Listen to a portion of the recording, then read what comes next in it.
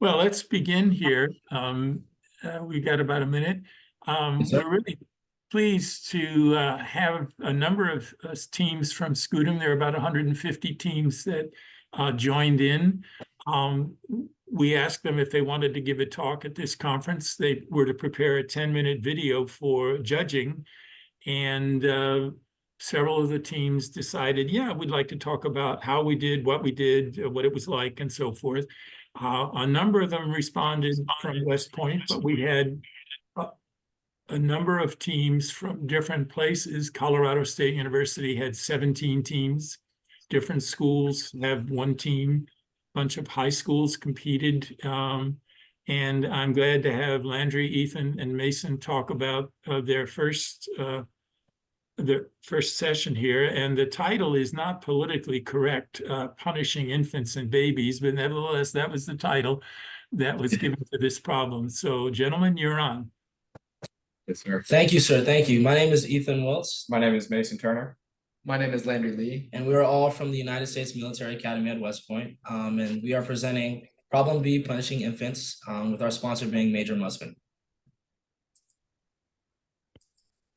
And through this presentation, we're going to be showing you how we chose a prompt. So what was interesting to us, making sense of the problem, looking at specific key terms, contextualizing the problem in the sort of prompt that we were given, and then creating the project, what goes into that specifically, solving, what programs we used to help solve, interpreting, how we used our solutions to put it back into the problem, and then preparing the presentation. All right, so first we'll talk about how you actually choose a prompt. So you'll be presented with 3 different prompts, and you're going to read over them. And the first question you should ask is there a prompt that interests you? Do any of them appeal to what you might be interested in? Second, do I have any experience in this area? So you'll look at the prompt you're interested in and think about how it could relate to anything you've done before in mathematics, in your classes, or any experience you have with that prompt. And finally, can I envision this working out? So can you actually see what the end model or end graphs might look like for answering the prompt you selected? So now I'm going to talk about kind of how we chose our prompt. So last year we were given 3 prompts, prompt A, prompt B, and prompt C. And kind of the prompt for prompt A was to develop a model of the interactions between an infant kangaroo and its mother, a human baby, and its mother under kangaroo mother care treatment. And then prompt B, which is one we chose, was to develop a model that includes different populations with different propensities to act out against those who interact aggressively towards others. And then lastly was the dog cannot catch. Now this was, you had to use your analysis of the situation to decide if Fritz, the dog, is just clumsy or if his owner is being mean to the dog on the internet, right? So kind of the one that appealed to us first was the punishing infants, not just because of the title. But last semester we were in a differential equations class, and we kind of saw that the prompt really aligned with differential equations, and we were familiar with it. So we had some experience, and we decided this was the route we wanted to take. You're going to want to understand the task. So once you pick your prompt, read the question thoroughly and try to understand the key words and the questions that the prompt is asking you to figure out for your model. Additionally, each prompt will have research attached with it. So make sure you thoroughly read that research for the provided question to understand the topic as much as possible.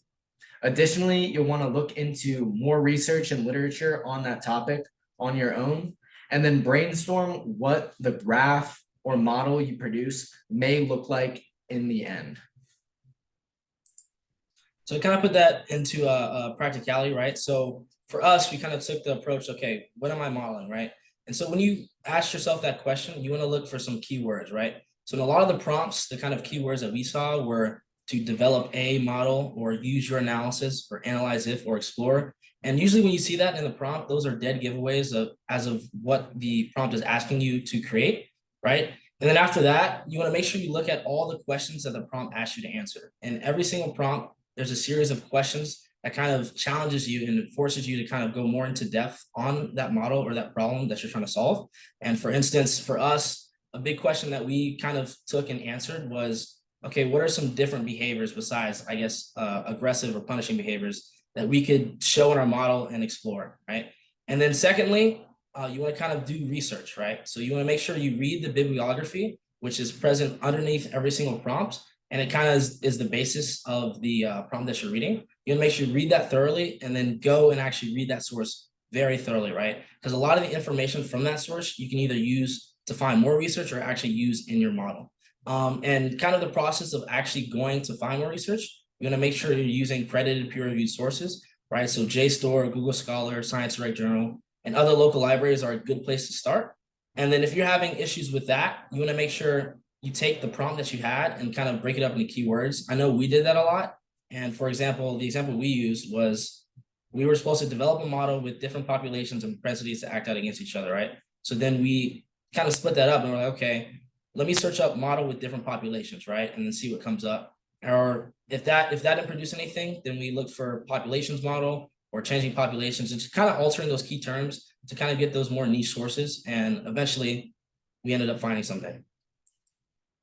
So this is how you're going to have to develop your transform equation, or how we did it. So we're going to take a pre-existing model that relates to our model. So we used the competing species model because we had two different populations. One that punished people with aggressive behavior, and then the other one was the people with the aggressive behavior. So that was very conducive to what we wanted to do. So then you're going to have to start with a simple model and increase complexity one step at a time, which is exactly what we did. We used the competing species model, and eventually we added another parameter to add another population. And then you do not have to reinvent the wheel. Don't go trying to create your own model. There's a lot of people who are a lot smarter than we are, who have already created models that work. Next, you'll look into making your own innovation. So we start with the model that has already been produced, the competing species model, and then you're going to slowly add in more complexity to that model. Now, one thing you have to keep in mind is to manage your expectations. We only have 3 weeks, and you will only have 3 weeks to produce your models, graphs, and video.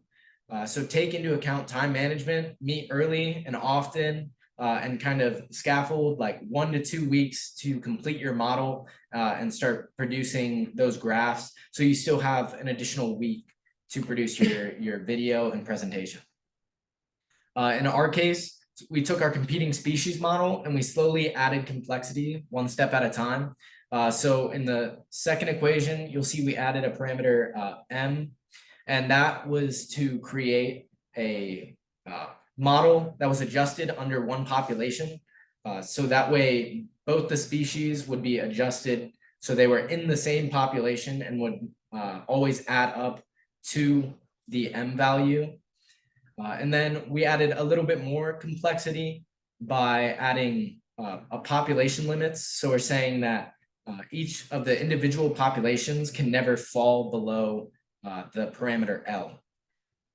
And by doing this, you're able to continuously add steps and make a more complex model that better fits your research. Additionally, while we were making these models, continuously put them into your modeling software. That way you understand what is actually being modeled and you can better fix small errors you might have in your math, and it'll help you figure out how to better match it to your research and literature.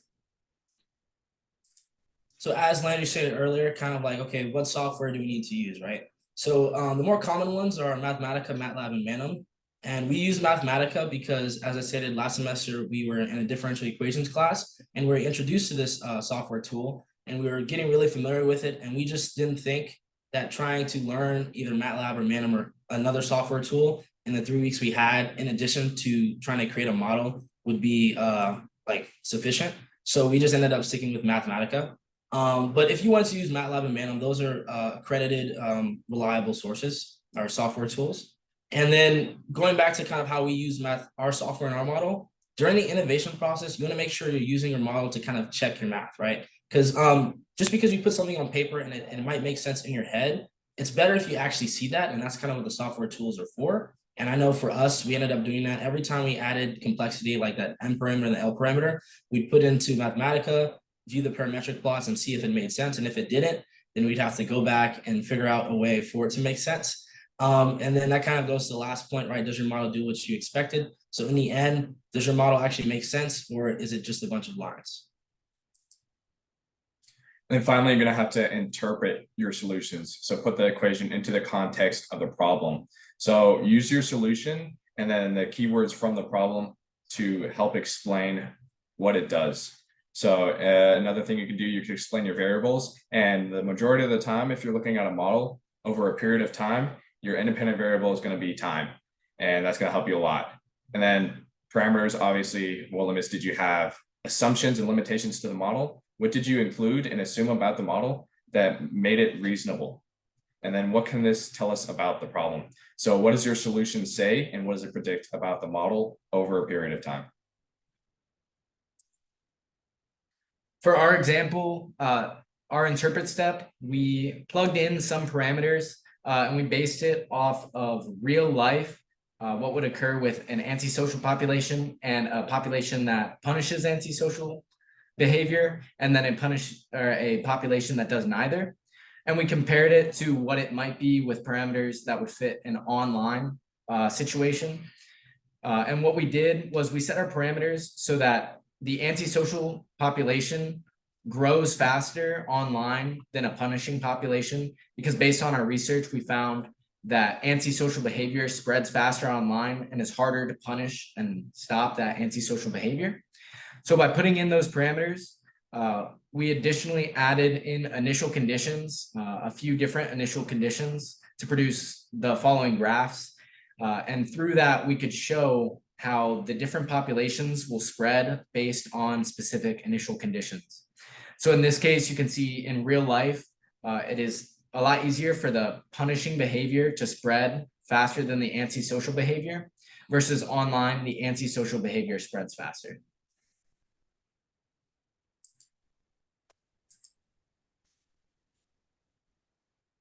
Lastly, we have our present slide. And this is kind of, once you've created your model and your models, you want to actually put that into a 5 to 10 minute presentation, because that's what the competition requires you to do, right? And so some kind of tips for creating an actual presentation: you want to make sure that you're explaining the full prompt, explaining your variables, explaining your equations.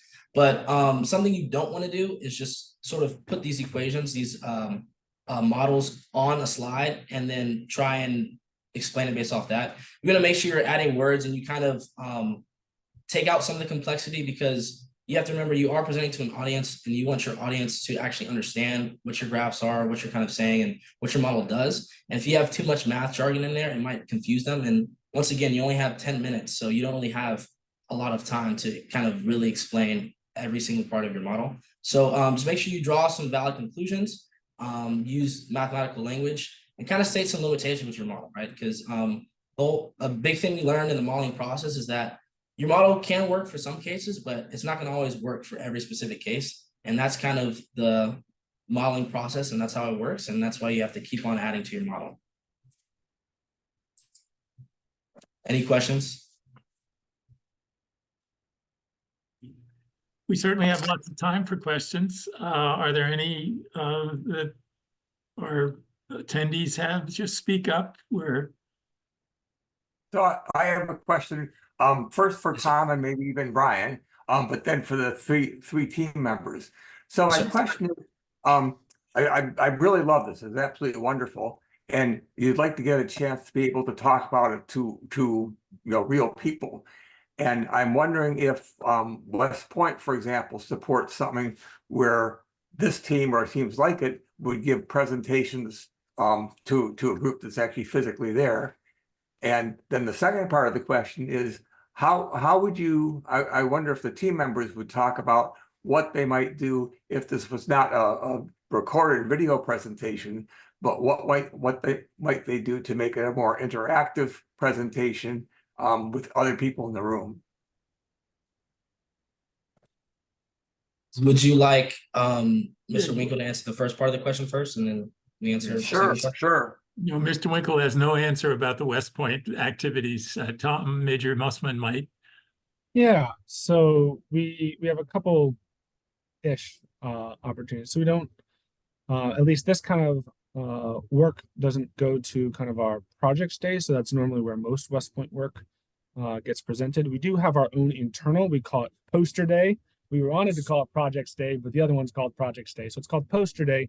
We kind of have the cadets outline their process maybe on 6 or so slides on a poster, and then they discuss it with their peers. So it's kind of like you know, several group, half the class is presenting, and then half the class is going around looking at their peers' presentations. And so it is for the students that do SCUDEM, you know, they get to present their work. But in fact, everybody has to present their work. So we require everyone to do the project. It's just some people elect to do the hard work and the early work. That is, you do SCUDEM earlier in the semester, and then the prompt is kind of given to you in SCUDEM, whereas in our other project, you open up, you kind of do whatever you want, which gets a little dangerous sometimes. But so that's the opportunities for them to present. Okay, fellas, you're on.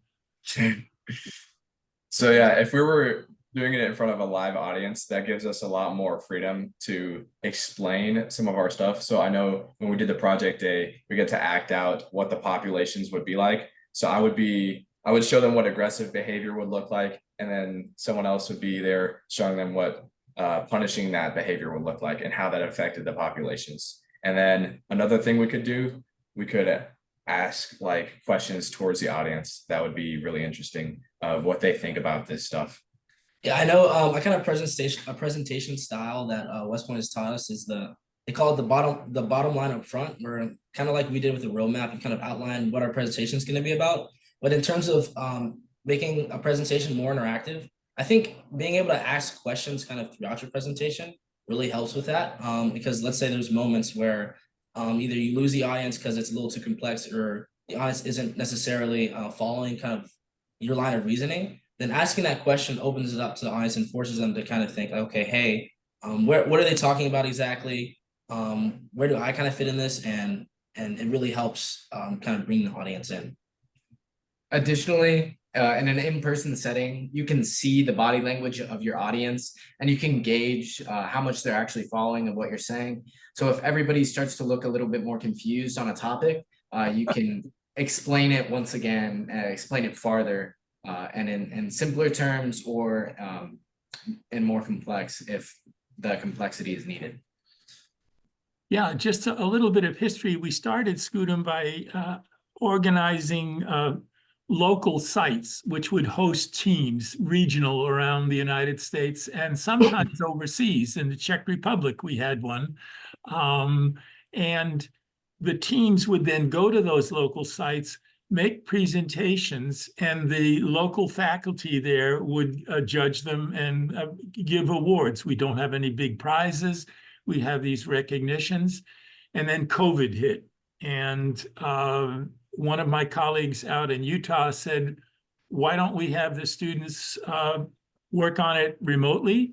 And why don't we have them prepare a video and submit the video and request volunteer judges? So the model for doing SCUDEM changed completely. I must, when Vinod Chelamuthi suggested we have the students do videos, I showed my age by going, oh my, I don't think they could produce videos, duh, you know. So once we shot that out of the water and we got Brian up to date, we went ahead and did it, and boy, did they produce videos, not just zooming stuff in and out, but quality mathematics as well. And I think that's pretty much the way we're going to proceed in the future, regrettably, but it makes it easy. At one point, we also decided, why don't we have individual students sign up and we would match them up as teams? So we did have some teams that had a high school student from Waco, Texas, undergraduate from California, and a student from the Philippines.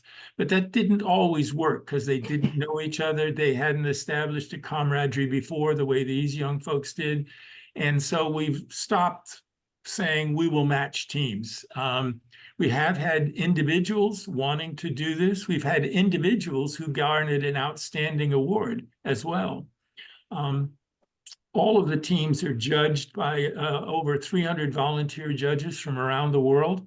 And basically, we take their scores and average them and then rank them and then look at these sort of like borderline ones and then make these awards and invite the outstanding ones to submit their video for YouTube. So Tom, you have or one of your children has a suggestion? Yeah, so one of the things I think we try to do, I think at least SCUDEM starts students, especially kind of young college students, off in the research world. So I guess kind of can you talk about kind of your interactions with research or kind of inspiration or lessons learned that will help you kind of move forward in the undergraduate research world as a result of SCUDEM? That's addressed to us, Major Muslim, correct? Yes.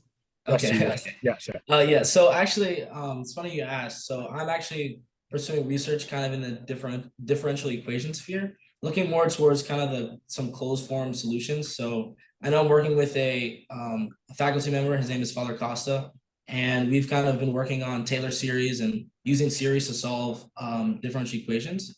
And that's kind of because I did SCUDEM. It really opened my eyes to the, I guess, opportunities for research, because I know for me, I didn't necessarily know how to kind of get into research, and I thought it was an entire process, and I didn't think I had the credentials, right? And I know even if I didn't get the outstanding award, I think I still would have done research, but it really shows kind of how much we know and how much we're learning and how we can actually apply that to real world problems. And there's also lots of opportunities, especially here at West Point, to use the stuff we learn in class and pursue research. Any other questions from attendees?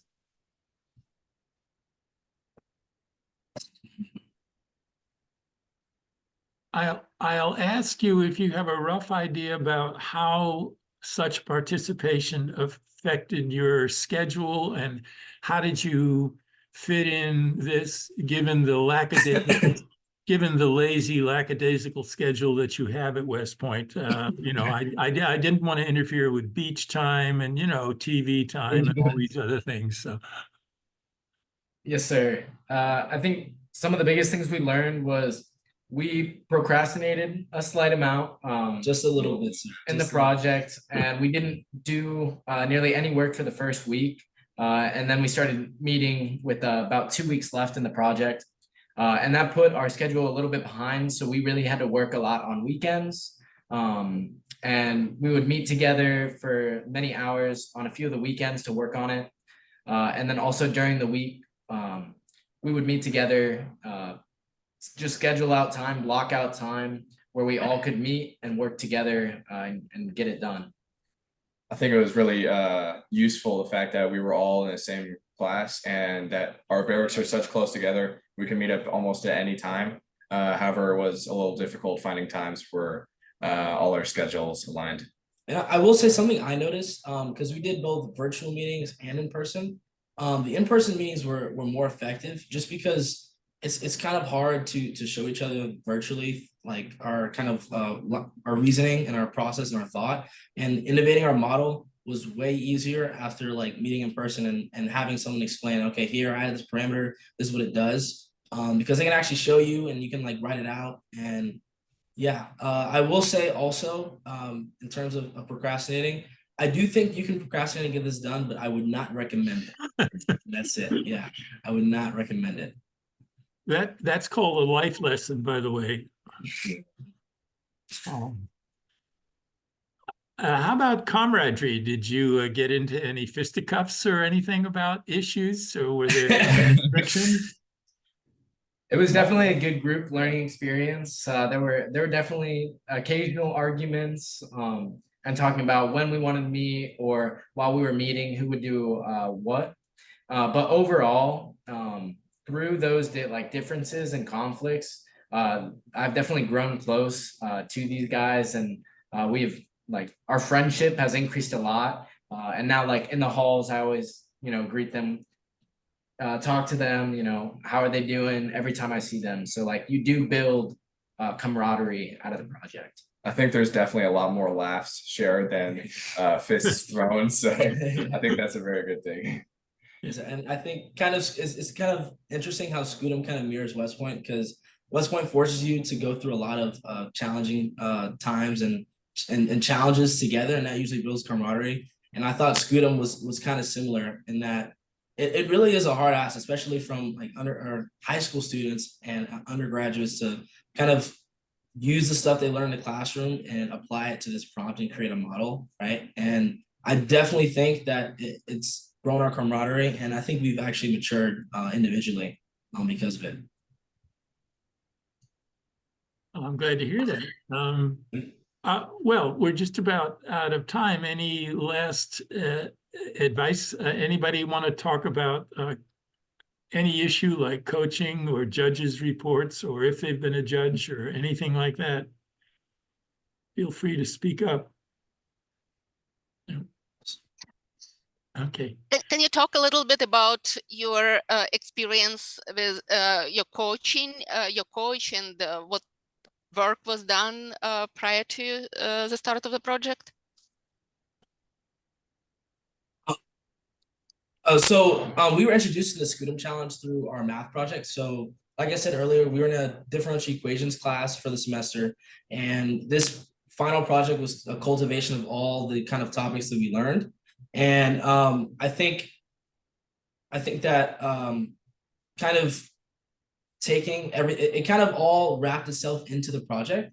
And I definitely think taking the class while doing the SCUDEM challenge was definitely a plus. We were shown a couple of videos and examples of SCUDEM projects before us, and that really helped us learn a lot from that. Yeah, we watched videos from the last expo, kind of like this, where it's explaining how the process actually works. That way we would understand what was the first step to starting, and how were we actually going to complete this project. And I know in terms of our sponsor, so Major Musman, he wasn't allowed to explicitly help us, so like give us like, okay, maybe you should use this model, because that was the whole purpose of the challenge, right? But I know Major Musman was very helpful in terms of, like, I know we were stuck and he kind of gave us some advice, like, hey, maybe search up like some like maybe search up kind of the prompt. And like, I know we stated earlier how we took keywords and started researching. I know I kind of got some of that advice from Major Musman, because he was like, maybe you should I guess like split up the prompt and look for some more research, and maybe that will help you. But I know in terms of sponsorship, he was kind of limited on what he could help us with. But I know that if we ever had if we were really, really stuck, I think asking him questions, and he was very helpful in that process. Yeah, we're going to wrap this up, but if you go online at the SIMIODE website under SCUDEM, you'll see Anthony Stephan has a marvelous presentation about the role of coaching, and you know, that maybe there are some things you can do before, but certainly not during. And I want to encourage faculty who are listening to consider doing this with their students. You can see the maturity level of these three students, and how it jacks your game up in terms of modeling and mathematical confidence. So again, I want to thank our speakers very much. Thank you so much. Thank you. And we will, I'm going to be leaving to go on to the next introduction, but do well in your studies, and thank you for your service. Take care, guys. Thank you, sir. Thank you, sir. Thank you Bye. so much.